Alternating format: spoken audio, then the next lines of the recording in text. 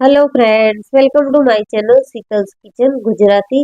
આજે આપણે બનાવવાના છીએ ઇન્સ્ટન્ટ નાસ્તાની રેસીપી. તો મિત્રો, સાંજના ટાઈમે જ્યારે લગભગ 4 થી 5 વાગ્યા હોય ત્યારે ભૂખ લાગતી હોય છે અને ત્યારે ખીચડી કરતાં પણ જો કોઈ રેસીપી ફાસ્ટ બની શકતી હોય એવી આપણે બનાવવાની કોશિશ કરીએ છીએ, ત્યારે આ રેસીપી તેના માટે પરફેક્ટ છે.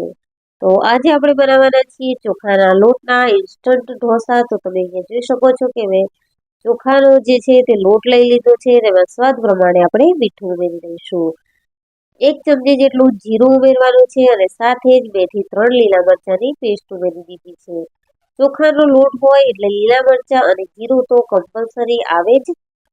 હવે 8 થી 10 મીઠા લીમડાના પાન, લીલા ધાણા અને 1 ચમચી જેટલા આપણે ચીલી ફ્લેક્સ ઉમેરી લઈશું. બધી જ વસ્તુ લોટમાં ઉમેરી દીધા બાદ થોડું થોડું પાણી ઉમેરી અને આપણે બેટરને બનાવવાનું છે.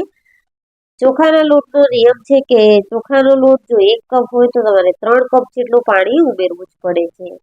કારણ કે ચોખાનો લોટ છે તે પાણીને શોષી લે છે અને બેટર છે તે આપણું ઘટ્ટ થઈ જાય છે. એટલા માટે આપણે 3 ગણું પાણી ઉમેરવાનું છે, પરંતુ આપણે થોડું થોડું પાણી ઉમેરીશું. એકસાથે બધું જ પાણી ઉમેરી દેવાનું નથી. તો આ રીતનું સરસ પતલું એવું આપણે બેટર બનાવીને રેડી કરીશું. બિલકુલ જે આપણે નીર ઢોસા બનાવતા હોઈએ છીએ તે રીતના આપણે આજે ઢોસા બનાવીશું. 1 થી 2 ચમચી જેટલું આપણે તેલ ઉમેરીશું, જેથી કરીને ઢોસા છે તે સરસ એવા ક્રિસ્પી બનીને રેડી થશે. તેલને સારી રીતે બેટરમાં મિક્સ કરી લેવાનું છે અને અહીંયા તમે જોઈ શકો છો કે બેટરની કન્સિસ્ટન્સી કઈ રીતની છે. તો મિત્રો, એ રીતની જ રાખવાની છે, કારણ કે ચોખાનો લોટ છે તેને આપણે ફેરવી શકતા નથી. જે તવા પર પડશે એટલે તેનો શેપ લઈ લેશે અને પરફેક્ટ એવો આપણો નીર ઢોસા બનીને રેડી થશે. તો આ રીતે આપણે તેને ચમચાની મદદથી જ ફેલાવી લેવાનું છે, જેથી કરીને સરસ એવા જાળીદાર ઢોસા બનીને રેડી થશે. અહીંયા મેં ઢોસાના ફોર્મમાં એકદમ ક્રિસ્પી ન કરતા થોડું એવું તેને સોફ્ટ રાખ્યું હતું અને સોફ્ટ રાખી અને તેલ સાથે સર્વ કર્યું હતું. તો મિત્રો, ખાવામાં ખૂબ જ ટેસ્ટી લાગ્યું હતું અને ખૂબ જ મજા આવી હતી.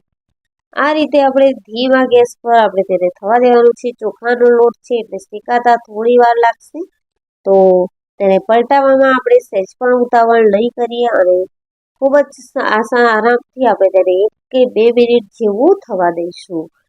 તો વચ્ચે વચ્ચે આપણે પલટાવતા રહીશું એટલે બંને બાજુ છે તે સરસ એવો ઢોસો છે તે શેકાઈ જાય અને બનીને રેડી થઈ જાય.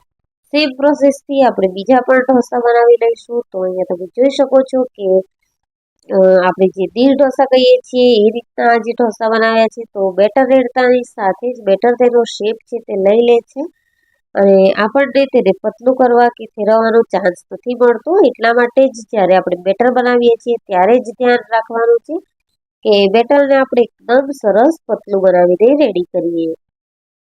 સેમ પ્રોસેસથી આપણે બધા જ જે ઢોસા છે તે બનાવી લીધા છે. અહીંયા મેં થોડા સોફ્ટ રાખ્યા છે, કારણ કે એકદમ ક્રિસ્પી ઢોસા ખાવાનો હજી મૂડ ન હતો. તો એ રીતે આપણે આ રીતે સોફ્ટ નાસ્તો બનાવીને રેડી કરી લીધો છે. સર્વિંગ પ્લેટમાં લઈ લઈશું અને ગરમા ગરમ તેને આપણે એન્જોય કરીશું. તો મિત્રો, આ ચોખાના લોટના ઢોસાની રેસીપી તમને કેવી લાગી તે મને કમેન્ટ સેક્શનમાં જરૂરથી જણાવજો. અને જો રેસીપી વિડીયો ગમી હોય તો વિડીયોને લાઇક કરજો, તમારા ફ્રેન્ડ્સ અને ફેમિલીમાં શેર કરજો અને ચેનલને સબસ્ક્રાઇબ જરૂરથી કરજો. મારા ફેસબુક પેજને ફોલો કરજો. થેન્ક